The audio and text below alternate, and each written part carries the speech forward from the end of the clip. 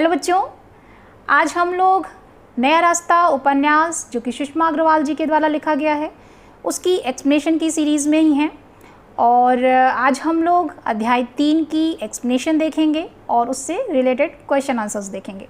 ठीक है, इसके पहले की वीडियो में मैंने आप लोगों को नया रास्ता उपन्यास का इंट्रोडक्शन बता दिया था। अध्याय 1 और अध्याय 2 की एक्सप्लेनेशन और उससे रिलेटेड क्वेश्चन आंसर्स मैंने आप लोगों को बता दिए थे। तो जिन बच्चों ने वो वीडियो नहीं देखी है वो वीडियो देख लें ताकि उन्हें प्रारंभिक जानकारी हो जाए। और आज हम लोग अध्याय 3 की एक्सप्लेनेशन देखेंगे और उससे रिलेटेड क्वेश्चन आंसर्स देखेंगे। ठीक है, तो क्लास स्टार्ट करते हैं बच्चों। हम लोग आपके 3 अध्याय में आपका जो पहली पंक्ति है, अमित व दयाराम जी जो अपने घर पहुँचे, यहाँ पर अध्याय 3 में बच्चों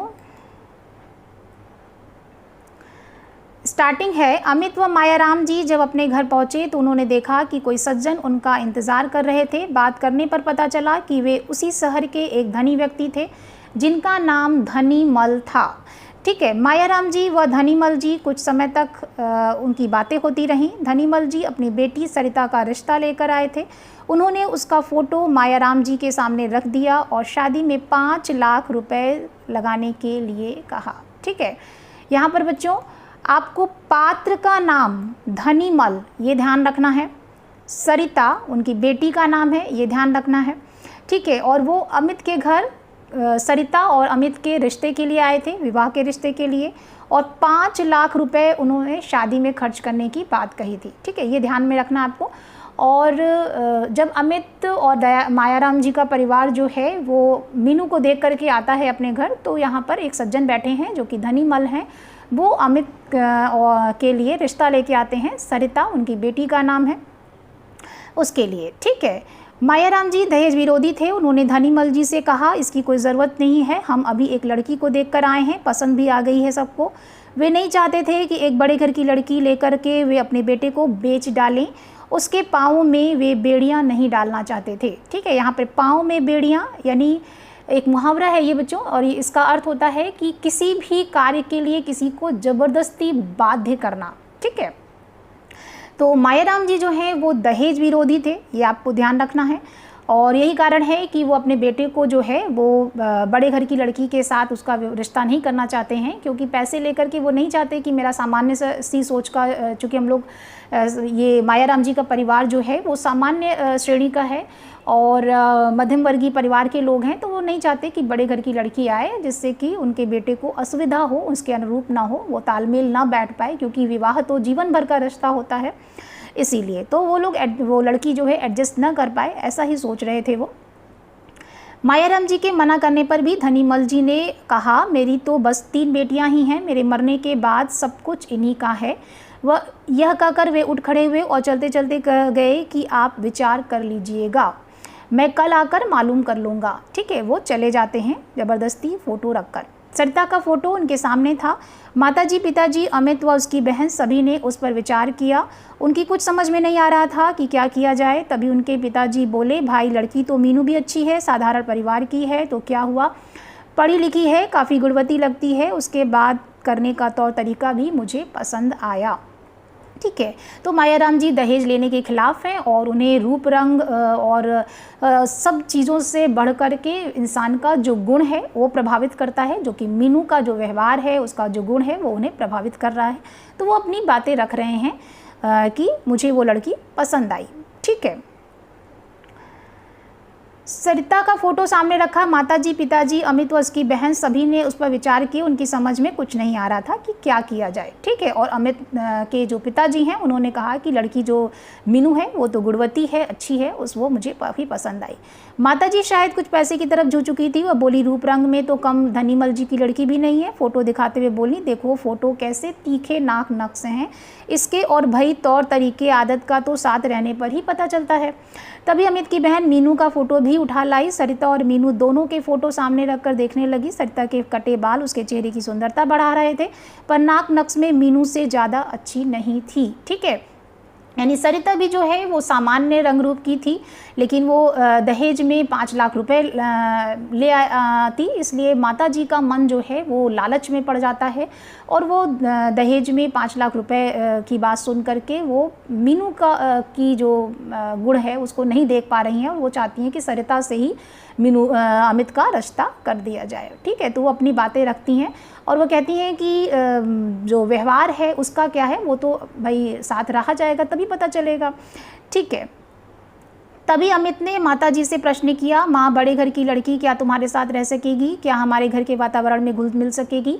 माँ को लगा शायद अमित सरिता के रिश्ते को तैयार नहीं है, इसलिए वह बोली, बेटे व्यवहार का तो किसी का भी पता नहीं है, न तो सरिता के बारे में ही कुछ कहा जा सकता है और न ही मीनू के बारे में, व्यवहार का तो साथ रहने पर ही पता चलता है।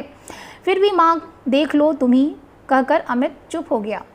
उसके पिताजी को भी इस बात का आभास हो रहा था कि बड़े घर की लड़की जो ढेर सारा दहेज अपने साथ लाएगी शायद परिवार वालों के साथ मिलजुल कर न रह सके। ठीक है, तो यहाँ पर माताजी को समझाने का प्रयास किया जा रहा है कि माँ हम लोग सामान्य से रहने वाले लोग हैं, तो बड़े घर की लड़की हम लोग के साथ पता नहीं एडजस्ट कर पाएगी कि नहीं, तो आप इन सब बातों पर ध्यान दीजिए। ठीक है, तो क्योंकि जीवन भर का रिश्ता होता है विवाह, तो इन सारी बातों को लेकर के बातचीत हो रही है।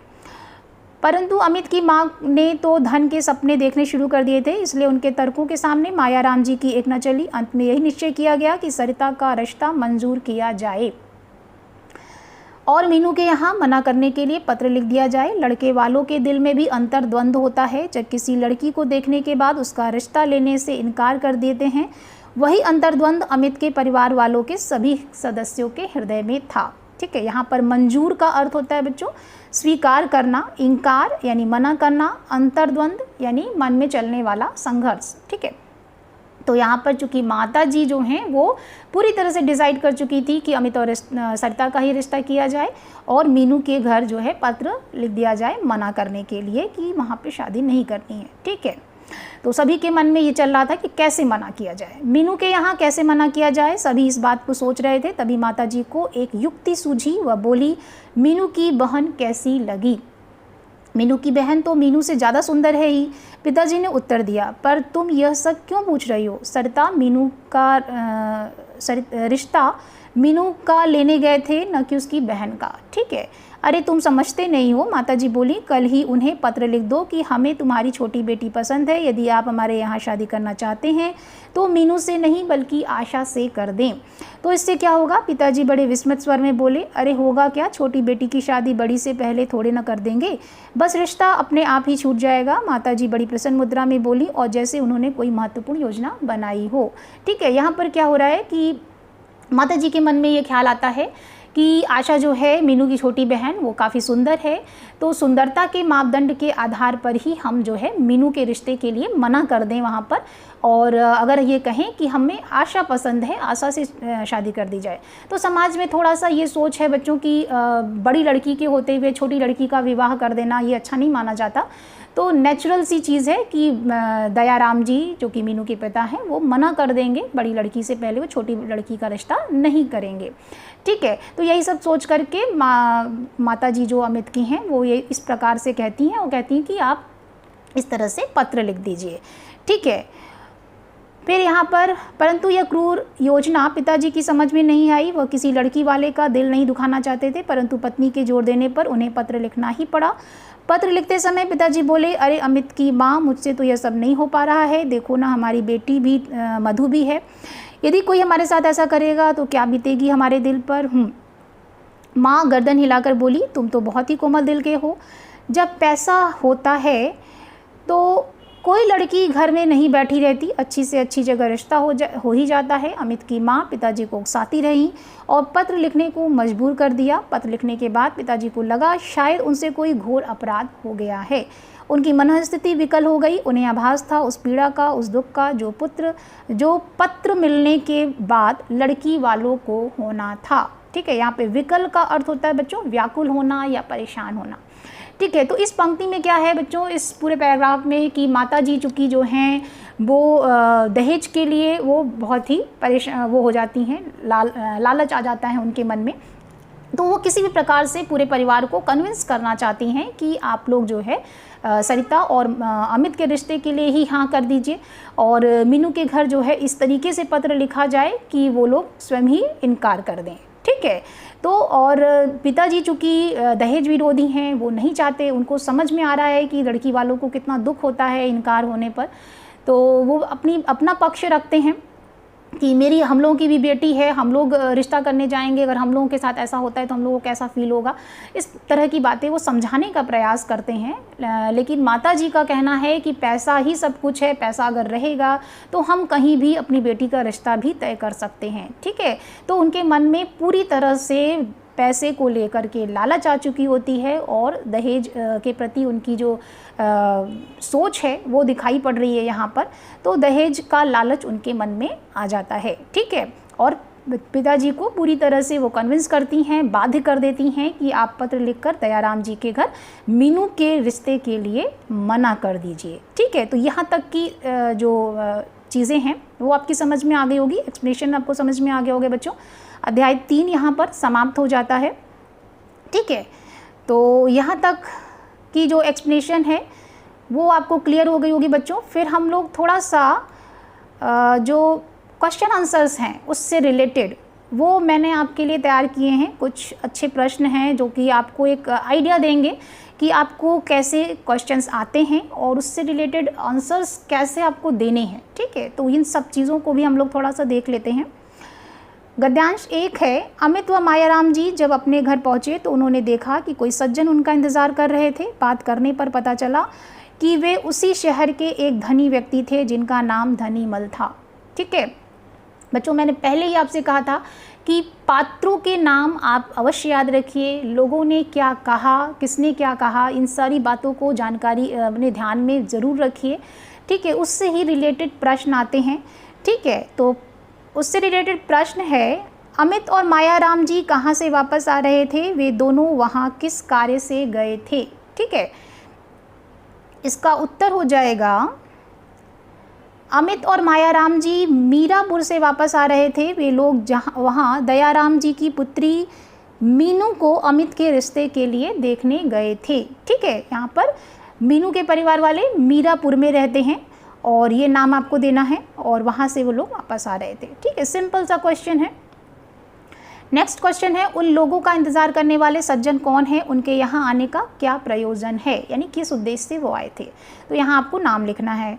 उन लोगों का इंतज़ार करने वाले सज्जन मेरठ के धनी व्यक्ति धनीमल जी हैं। वे यहाँ अमित के साथ अपनी बेटी सरिता के विवाह का रिश्ता लेकर आए हैं। ठीक है, सिंपल सा क्वेश्चन है और सिंपल सा आंसर है आपका। ठीक है, नेक्स्ट क्वेश्चन है, धनीमल जी मायाराम जी को विवाह के प्रस्ताव के साथ क्या प्रलोभन देते हैं, इसका मायाराम के परिवार पर क्या प्रभाव पड़ा। ठीक है, उत्तर है, धनीमल जी ने विवाह के प्रस्ताव के साथ ही 5 लाख रुपए शादी में खर्च करने की बात कही। मायाराम जी तो दहेज विरोधी थे, किंतु उनकी पत्नी के मन में लालच आ गया। संभवतः वह पैसे की तरफ झुक चुकी थी। विभिन्न तर्कों के माध्यम से वे अपने परिवार को अमित और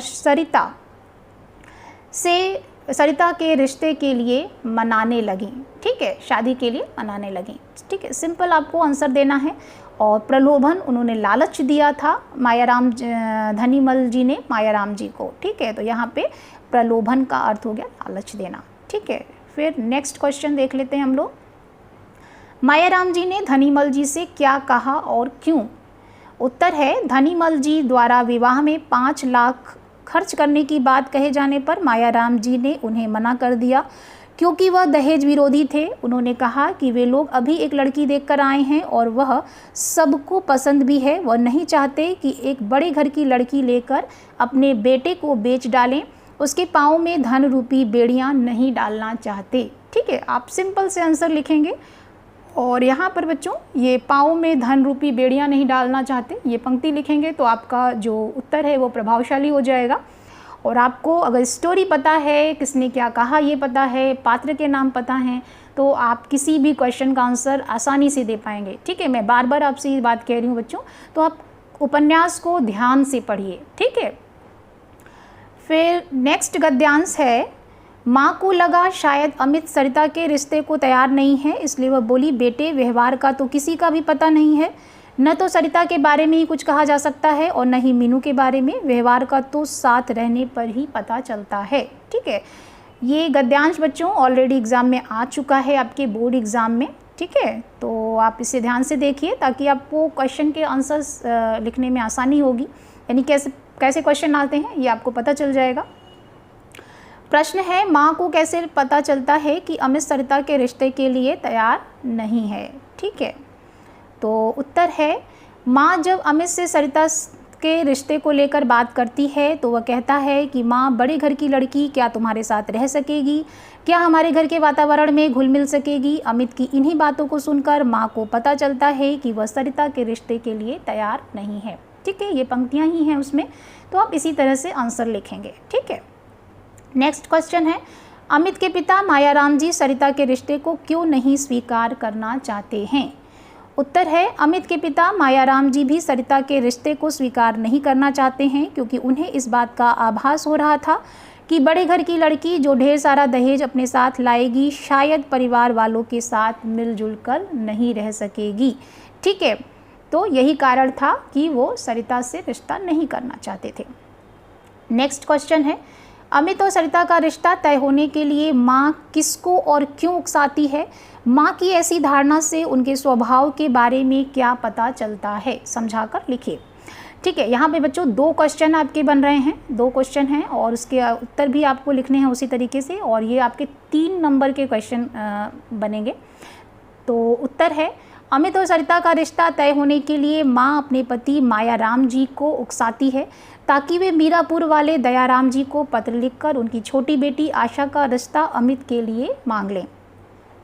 दयाराम जी से इससे इनकार कर देंगे क्योंकि वह बड़ी बेटी के विवाह से पहले छोटी बेटी का विवाह नहीं करेंगे, अतः वहां से रिश्ता करने की बाध्यता समाप्त हो जाएगी। अमित और सरिता का रिश्ता तय कर दिया जाएगा। माँ की इस धारणा से उसके स्वार्थी और दहेज लोभी होने का पता चलता है। उसे अमीर घर की लड़की जो दहेज के रूप में बहुत सारा धन लेकर आएगी पसंद आती है और मीनू जैसी संस्कारी लड़की को वह महत्व नहीं देती है। उसे किसी की इच्छा और अनिच्छा से कोई मतलब नहीं है। ठीक है, यहाँ पर माता जी का जो स्वभाव है स्वार्थी और दहेज लोभी, ये आप ज़रूर लिखिए बच्चों। और साथ ही ये संस्कारी लड़की को महत्व नहीं देती है, और सबसे बड़ी चीज़ वह किसी की इच्छा और अनिच्छा से उसे कोई फ़र्क नहीं पड़ता, यानी अपने बेटे की जो इच्छा है उसको भी वो ध्यान नहीं रख रही है यहाँ पर पैसों के कारण। ठीक है, पैसों का लालच आ जाता है उसको, इसलिए। नेक्स्ट क्वेश्चन है, शादी के विषय में समाज की क्या परंपरा है, आप इससे कहाँ तक सहमत हैं, स्पष्ट कीजिए। ठीक है, तो यहाँ पर भी 2 क्वेश्चन है बच्चों आपके। उत्तर है, शादी के विषय में हमारे समाज में ऐसी परंपरा है कि लड़की वालों को लड़के वालों से कमतर समझा जाता है, लड़के वालों को उच्च स्थान दिया जाता है, दहेज को लेकर लड़की वालों को प्रताड़ित किया जाता है, उच्च शिक्षा प्राप्त एवं सर्वगुण संपन्न लड़की को भी कोई महत्व नहीं दिया जाता, उसे भी दहेज के लिए परेशान किया जाता है। मेरे विचार से समाज की यह सोच उचित नहीं है। आज के वैज्ञानिक युग में जहां लड़की और लड़के में किसी प्रकार का कोई अंतर नहीं है, ऐसी स्थिति में लड़कियों को कम समझना यह एक कुंठित मानसिकता को दिखाता है। दहेज रूपी समस्या हमारे समाज के लिए अभिशाप है। ठीक है, ठीक है बच्चों, तो यहाँ पर आप जो है कमतर है, ठीक है, कमतर जो शब्द है इसको आप ज़रूर लिखिए बच्चों, क्योंकि हमारे समाज की ऐसी सोच है कि लड़की वाले कम, उनको कम समझा जाता है, लड़के वालों को उच्च स्थान दिया जाता है। ये हम लोगों ने अध्याय में ही पढ़ा था। तो यही चीज़ें आपको समाज की इस परंपरा के बारे में ही लिखना है। ठीक है, और यहाँ पर आपको अपने विचार देने हैं कि आप इस चीज़ के विषय में क्या सोचते हैं। ठीक है, तो यहाँ पर बच्चों मैंने अपने विचार से लिखा है, मैंने अपने विचार दिए हैं कि समाज की ये सोच सही नहीं है। लड़की और लड़के का जो लड़की वालों और लड़के वालों में कोई भेद नहीं होना चाहिए, वो बराबरी रहती है उनमें। लेकिन यहाँ पर बच्चों आप अपने अनुसार भी आंसर लिख सकते हैं, आपकी जो भी सोच है उसके अनुसार लिख सकते हैं। ठीक है, तो कुंठित मानसिकता का अर्थ होता है यानी कम सोच वाला, संकुचित सोच वाला। ठीक है, तो ये आपका आंसर हो जाएगा। और मुझे उम्मीद है बच्चों कि आपको ये क्वेश्चन आंसर्स कैसे आते हैं, कैसे लिखने हैं आंसर्स, आपको समझ में आ गए होंगे और एक्सप्लेनेशन भी आपको अच्छे से समझ में आ गई होगी। यदि कोई भी डाउट है तो आप कमेंट कीजिए, मैं उसका उत्तर देने का पूरा प्रयास करूँगी आपको, ठीक है। और वीडियो आपको अच्छी लगी हो तो आप लाइक कीजिए, शेयर कीजिए, कमेंट कीजिए और मिलते हैं नेक्स्ट वीडियो में नेक्स्ट चैप्टर के साथ, अध्याय 4 के साथ। और तब तक आप लोग अच्छे से अपनी पढ़ाई करते रहिए। All the best, thank you.